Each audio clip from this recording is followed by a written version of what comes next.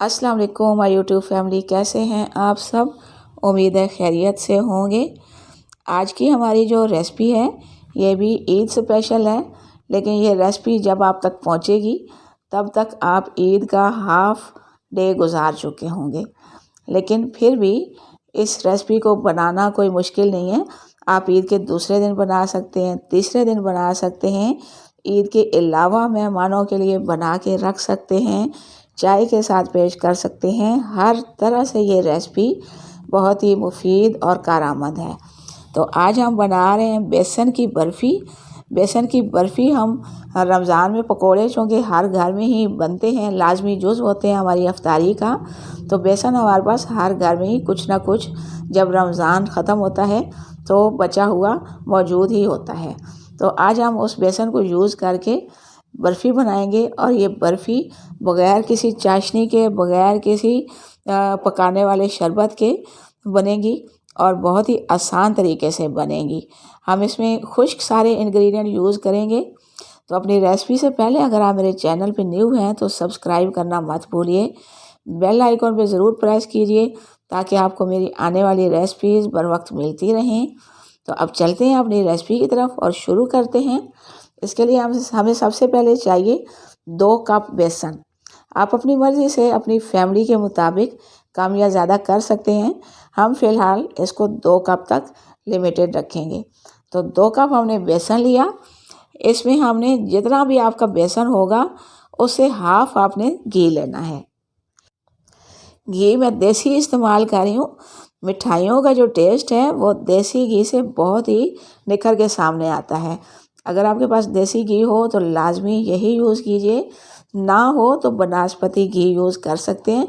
Oil मत use कीजिए, क्योंकि इसकी जो बर्फ़ी की शक्ल है इसको बनाने में घी बहुत अहम रोल प्ले करेगा।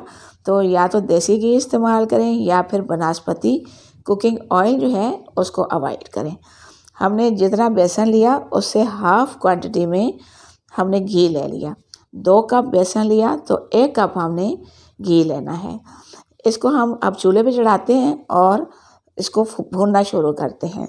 बेसन हमने थोड़ा सा भूनना है ताकि इसका कच्चापन ख़त्म हो, और जैसे जैसे ये भूनता जाएगा इसकी खुशबू आपको बताती जाएगी कि ये पकने के करीब है।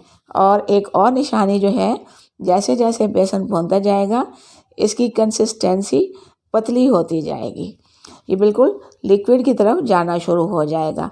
अभी आपको जैसे लग रहा है कि बेसन की मिकदार के मुताबिक हमने घी कम डाला है, लेकिन ये कम बिल्कुल नहीं है। जैसे जैसे इसको हीट लगेगी, घी मेल्ट होगा तो बेसन इसमें अच्छी तरह से जज़ब होता जाएगा, और जब जैसे जैसे ये भुनने के करीब जाएगा तो ये थोड़ा सा पतला होता जाएगा। तो मैं इसको भूनती हूँ और फिर मैं साथ साथ आपको इसकी स्टेजेस दिखाती हूँ। यहाँ पे आप देख सकते हैं कि घी पूरी तरह मेल्ट हो चुका है, और अब आपको फील हो रहा होगा कि घी कम नहीं है बल्कि बहुत मुनासिब है। तो 5-7 मिनट हमें भूनते हुए हो चुके हैं। इस स्टेज पे हम छोटी इलायची का पाउडर डालेंगे। तकरीबन 8 से 10 हमने छोटी इलायची के दाने निकाल के तो इसको बारीक बारीक पीस लिया है, उसको हमने शामिल कर लिया। तो इसको हम लो फ्लेम पे भूनेंगे। हीट आपने तेज़ नहीं करनी, वरना बेसन आपका आधा कच्चा रह जाएगा, आधा बहुत जल्दी जलने लग जाएगा। तो 5-7 मिनट हमें भूनते हुए हो चुके हैं। 2-3 मिनट के बाद हम इसमें तकरीबन 1/4 कप सूजी का डालेंगे। सूजी हम इसलिए ऐड कर रहे हैं कि हमारी बर्फ़ी जो है वो दानेदार बने। तो मैं इसको 2-3 मिनट और भूनती हूँ और फिर मैं इसमें सूजी ऐड करती हूँ। बेसन भूनते हुए हमें 7-8 मिनट हो चुके हैं। तो अब इस स्टेज पे हम 1/4 कप सूजी का ऐड करेंगे। अभी हमने इसको और थोड़ी देर भूनना है ताकि सूजी का कच्चापन भी दूर हो जाए और बेसन जो है थोड़ा सा लिक्विड की तरफ चला जाए। फ्लेम आपने लो ही रखना है, हाई नहीं करना, वरना बेसन आपका बहुत जल्दी जलने लग जाएगा। यहाँ आप बेसन की कंडीशन देखिए। तकरीबन इसको 15 से 20 मिनट मैंने लो फ्लेम पे भुना है, और अब आप इसको देखिए ये काफ़ी हद तक ढीला हो चुका है। और घी इसमें से रिलीज़ होना शुरू हो गया है। जैसे जैसे बेसन भूनता जाएगा घी ये छोड़ता जाएगा, इसमें से घी रिलीज़ होने लग जाएगा और ये थोड़ा सा पतले की तरफ चला जाएगा। तकरीबन 20 से 25 मिनट हमने बेसन को भून लिया है। अब हम इसमें चीनी ऐड करेंगे। चीनी जितना आपका बेसन होगा उससे हाफ आपने चीनी लेनी है और चीनी अपनी ग्राइंडर मशीन में आपने पीस के पाउडर फॉर्म में बना लेनी है। हमने चूँकि इसकी चाशनी नहीं बनाई, कोई हमने एक तार का शरबत नहीं बनाया, तो इसलिए हम दानेदार चीनी ऐड नहीं कर रहे। इसको पीस के बिल्कुल पाउडर फॉर्म में ला के तब हम यूज़ करें ताकि चीनी को डिज़ोल्व होने में ज़्यादा टाइम नहीं लगे। बेसन हमारा चूँकि पहले ही भुना हुआ है तो इसको मज़ीद हमें भूनने की ज़रूरत नहीं है, इसलिए हमने चीनी बिल्कुल बारीक पाउडर फॉर्म में डालनी है। और ये चीनी जैसे जैसे मेल्ट होगी ये आपकी बर्फ़ी में बाइंडिंग का काम करेगी। तो चीनी हमने मिक्स कर ली। अब भी हमने लो फ्लेम ही रखना है ताकि हमारा जो बर्फ़ी का मटेरियल है वो जल ना जाए। चमचा आपने मुसलसल चलाते रहना है, बिल्कुल इससे लापरवाही नहीं करनी, क्योंकि बेसन बहुत ही बारीक पाउडर फॉर्म में होता है तो वो नीचे से जलने लग जाता है। अब इस स्टेज पे आपने एक चुटकी येलो कलर डिज़ोल्व करके 1 चम्मच पानी में डिज़ोल्व करके बीच में ऐड कर लेना है, अगर आपको कलर पसंद है तो। अगर नहीं पसंद तो ये बिल्कुल ऑप्शनल है, कलर को स्किप कर दीजिए। बेसन चूँकि वैसे ही येलो कलर में है तो ये इसी तरह ही अच्छे से कलर का बन जाता है, कलर की कोई ख़ास ज़रूरत नहीं होती। लेकिन अगर आप डालना चाहें तो अपनी डिश को मज़ीद प्रेजेंटेबल बनाने के लिए डाल सकते हैं। तो चीनी आहिस्ता आहिस्ता इसमें मेल्ट होती जा रही है और ये चीनी मेल्ट होने से भी थोड़ा सा लिक्विड फॉर्म में जाएगा। चीनी डालने के बाद हमने इसको तकरीबन 5-7 मिनट पका लेना है ताकि चीनी अच्छी तरह से मेल्ट हो जाए और अच्छी तरह से मिक्स हो जाए। जिस तरह आपको बेसन की मौजूदा शक्ल नज़र आ रही है स्क्रीन पे, इस तरह की आपने कर लेनी है। ये जब ठंडा होगा और हम इसको बर्फ़ी की शक्ल में सेट करेंगे तो ये बिल्कुल पीसेस की शक्ल में आ जाएगा। अभी आपको लग रहा होगा कि ये बिल्कुल भुरभुरा सा है, लेकिन जो हमने बीच में घी डाला है और चीनी जो हमने ऐड की है वो मेल्ट होके इसमें अच्छी तरह से बाइंडिंग का काम करेगी और ये बिल्कुल टुकड़े कटने की पोजीशन में आ जाएगा। तो तकरीबन बर्फ़ी हमारी तैयार है। अब हम इसको चूल्हे से उतारते हैं और अपनी डिश में सेट करते हैं। कोई भी आपने डिश ले लेनी है या ट्रे ले लेनी है, उसके ऊपर आम शॉपिंग बैग जो है उसकी लेयर कट करके बिछा देनी है। ये बिछाने की वजह यह है कि नीचे से हमारी जो बर्फ़ी है उसकी शक्ल ख़राब नहीं हो। तो इसके ऊपर अब हम सारा मटेरियल पोर करते हैं और फिर इसको सेट करते हैं। पूरा आपने इसके ऊपर डाल देना है और फिर हम चम्मच से दबा दबा के इसको अच्छी तरह से अपनी ट्रे में सेट करेंगे।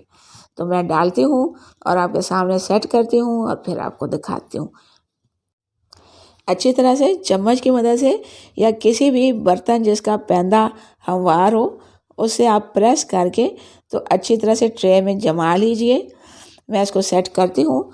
ऊपर से आप इसको कोई भी ड्राई फ्रूट, पिस्ता ले लीजिए, काजू ले लीजिए, बादाम ले लीजिए, बारीक बारीक उसकी हवाइयाँ काट के तो गार्निश कर सकते हैं। तो मैं बादाम से इसको गार्निश करूँगी। पूरे अपने ट्रे के ऊपर आपने इस तरह हवाइयाँ ऊपर छिड़क देनी है। इसके अंदर हमने कोई ड्राई फ्रूट शामिल नहीं किया, उसकी ज़रूरत नहीं है। अगर आप समझें कि आपको पसंद है ज़्यादा तो आप अंदर भी शामिल कर सकते हैं, वरना ऊपर से गार्निश किया हुआ ही बहुत काफ़ी है और इसका टेस्ट बहुत ही मज़ेदार और खुशगवार बनता है इस बर्फ़ी का। तो हवाइयाँ ऊपर डाल के एक दफ़ा फिर हम चम्मच से प्रेस करके इनको बीच में बिठा देंगे ताकि ये ऊपर से ख़राब नहीं हो और उतरे नहीं। और फिर हम इसको तकरीबन आधा पौना घंटा फ्रिज में रखेंगे ताकि ये अच्छी तरह से सेट हो जाए। तो मैं इसको सेट करके रखती हूँ फ्रिज में और फिर मैं आधे घंटे बाद आपको निकाल के इसके पीसेस कट करके और डिश आउट करके दिखाती हूँ। तकरीबन पौने घंटे बाद मैंने अपनी बर्फ़ी को निकाला है तो ये बहुत अच्छे से सेट हो चुकी है। अब हम इसके पीसेस कट करना शुरू करते हैं। तेज़ आपने छुरी लेनी है और बहुत आसानी से ये कट हो जाएगी। तो मैं आपके सामने इसको कट करती हूँ और फिर पीसेस हम प्लेट में लगाते हैं और फिर देखते हैं। बर्फ़ी हमारी कट हो चुकी है। अपनी मर्ज़ी से आप छोटे बड़े पीसेस कर सकते हैं, लेकिन मैंने थोड़े बड़े ही पीसेस रखे हैं क्योंकि इसका जो मटेरियल है वो काफ़ी नरम और भुरभुरा है। तो अगर हम ज़्यादा छोटे पीसेस काटेंगे तो ये ख़राब हो जाएगी। तो हम एक साइड से इसको, जो नीचे हमने शीट बिछाई है शॉपिंग बैग की, उसको एक साइड से उठाएंगे और पीसेस निकालना शुरू करते हैं। बड़े आराम से इसके पीसेस निकलते जाएंगे। तो एक साइड से आपने शीट उठाते जाना है और उसके ऊपर से पीसेस निकालते जाना है। तो ये बिल्कुल भी ख़राब नहीं होंगे और बहुत ही नरम, बहुत ही खस्ता, बहुत ही मज़ेदार हमारी बेसन की बर्फ़ी बन के तैयार हुई है। तो मैं सारे पीसेस निकालती हूँ और फिर मैं आपको दिखाती हूँ। लीजिए जी, हमारी बेसन की बर्फ़ी फाइनल शक्ल में तैयार है और आप देख सकते हैं किस कदर मज़ेदार और ख़ूबसूरत बर्फ़ी हमारी बन के तैयार हुई है। और हार्डली हमने इसको बनाने में आधा घंटा लगाया है। सिर्फ बेसन की भुनाई में जो हमें 20-25 मिनट लगे, उसके बाद चीनी डालने के बाद सिर्फ हमने इसको 5-7 मिनट टाइम दिया और टोटल हमारी 30-32 मिनट में बेसन की बर्फ़ी बहुत ही मज़ेदार बन के तैयार है। ये ड्राई आइटम है तो ये ख़राब काफ़ी दिन तक फ्रिज के बगैर भी नहीं होती। फ्रिज में रखें तब भी महीना एक चल सकती है, फ्रिज के बगैर भी 10 से 15 दिन कहीं नहीं गए। तो इसको आप ईद पे बनाइए और मेहमानों को चाय के साथ सर्व कीजिए।